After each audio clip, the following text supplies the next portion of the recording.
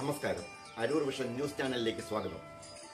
ശമ്പള പരിഷ്കരണം ഉടൻ അനുവദിക്കണമെന്നാവശ്യപ്പെട്ട് അരൂർ കെൽട്രോൺ എംപ്ലോയീസ് അസോസിയേഷന്റെ നേതൃത്വത്തിൽ പ്രതിഷേധ ധർണ നടത്തി. വാർത്തകൾ വിശദമായി.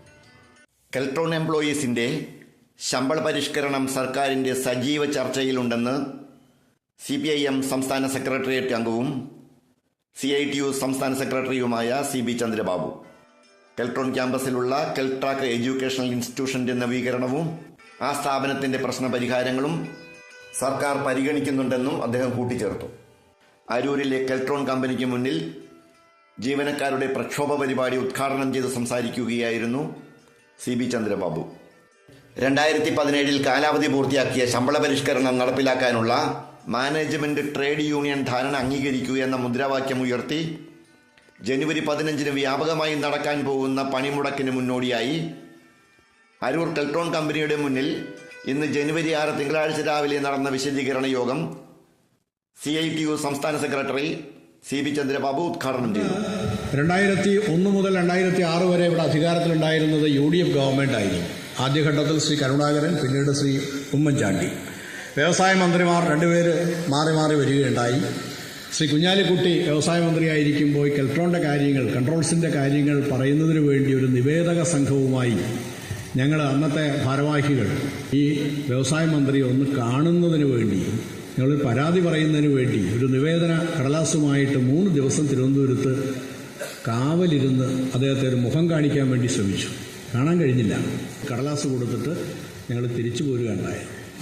ആ കടലാസിന്മേൽ യാതൊരു തീരുമാനം ഉണ്ടായില്ല. അല്ലെങ്കിൽ അതുമേൽ ഞങ്ങളൊന്ന് അന്വേഷിക്കാം, ആലോചിക്കാം, ഞങ്ങളത് ചർച്ച ചെയ്യാം എന്ന് പറയാനുള്ള ഔചിത്യം പോലും, മര്യാദ പോലും അന്നത്തെ വ്യവസായ മന്ത്രിക്ക് ഉണ്ടായിരുന്നു. കാറുണ്ടായിരുന്നു. മിക്കവാറും അത് എവിടെയെങ്കിലും വഴി കിടക്കുന്നതാണ്. കാരണം 10-15 വർഷം കഴിഞ്ഞിട്ടും അത് മാറ്റാനോ അതൊന്ന് റിപ്പയർ ചെയ്യാനോ പോലും കഴിയാത്തൊരവസ്ഥയാണ്. പലപ്പോഴും ഉന്തിത്തള്ളിയാണ് അത് കൊണ്ടുവന്നത്. വ്യവസായ മന്ത്രി എളമരം കരീമായിരുന്നു. എളമരം കരീം ഒരു ദിവസം പൂർണ്ണമായി ആലപ്പുഴ ജില്ലയിലെ പൊതുമേഖലാ സ്ഥാപനങ്ങൾ സന്ദർശിക്കുന്നതിന് വേണ്ടി തീരുമാനിച്ച് ആദ്യം എത്തിച്ചേർന്നത് ഇവിടെയാണ്. ഇവിടുത്തെ തൊഴിലാളികളുമായി, തൊഴിലാളി പ്രതിനിധികളുമായി, മാനേജ്മെൻറ്റുമായി, ഇവിടുത്തെ ജനപ്രതിനിധികളുമായി, അന്ന് സഹാബ് ആരിഫാണ് MLA അടക്കമുള്ള ജനപ്രതിനിധികളുമായി സംസാരിച്ചു. നമുക്ക് ഇത് റിവൈവ് ചെയ്യുന്നതിനെക്കുറിച്ചുള്ള കാര്യങ്ങൾ ആലോചിക്കാം, നിങ്ങൾ ശാന്തമായി സമാധാനപരമായി നിൽക്കുക, നിങ്ങളുടെ കൂടെ ഈ ഗവൺമെൻറ് ഉണ്ട് എന്നവരോട് പറഞ്ഞു. ആ സ്ഥാപനം UDF ഗവൺമെൻറ് കാലത്ത് വിൽക്കാൻ തീരുമാനിച്ചതാണ്. നാഷണൽ ഹൈവേയിൽ 2.5 ഏക്കർ സ്ഥലമാണ്. അത് വാങ്ങാൻ വന്ന ആളുകളെ പിക്കറ്റ് ചെയ്ത് അവരോട് പറഞ്ഞു, ഇത് വാങ്ങി ഇതിനകത്ത് കയറാമെന്ന് നിങ്ങൾ ആരെങ്കിലും വിചാരിക്കുന്നുണ്ടെങ്കിൽ അത് നടക്കാൻ പോകുന്നില്ല.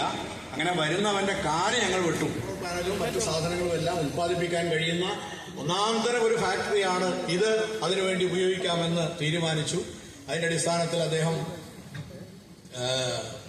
കേന്ദ്ര വ്യവസായ വകുപ്പുമായും കേന്ദ്ര ഗവൺമെന്റുമായി എല്ലാം ബന്ധപ്പെട്ടതിന്റെ ഭാഗമായിട്ടാണ് ഇന്ന് നിങ്ങൾ പറയുന്ന NPOIL അടക്കമുള്ള, അതുപോലെ കേന്ദ്ര ഗവൺമെന്റ് ഡിഫൻസ് ഡിപ്പാർട്ട്മെന്റ് അടക്കമുള്ള സ്ഥാപനങ്ങളുമായിട്ടുള്ള MOU ഒപ്പുവെക്കുന്നതും തുടർന്നുള്ള റിവൈവൽ പരിപാടികളെല്ലാം നടപ്പാക്കുകയും ചെയ്യും. ഇന്ത്യയിൽ ആദ്യമായി ഇലക്ട്രോണിക്സ് രംഗത്ത് ഉയർന്നുവന്ന പൊതുമേഖലാ സ്ഥാപനം എന്ന നിലയിൽ കെൽട്രോൺ 50 വർഷങ്ങൾ പിന്നിടുകയാണ്. ശമ്പള പരിഷ്കരണ കരാർ അവസാനിച്ചിട്ട് ഇതിനകം 7 വർഷമാകുന്നു എന്ന് കെൽട്രോൺ എംപ്ലോയീസ് അസോസിയേഷൻ ഭാരവാഹികൾ അറിയിച്ചു. Keltron employees association CITU unit president TA Karthikeyan അധ്യക്ഷത വഹിച്ചു. Unit secretary NS Sudheer, CITU ജില്ലാ joint secretary PT Pradeep, Keltron employees association CITU അഖിലേന്ത്യാ general secretary R Sunil, Ahlam Muhammad Nisar തുടങ്ങിയവർ സംസാരിച്ചു.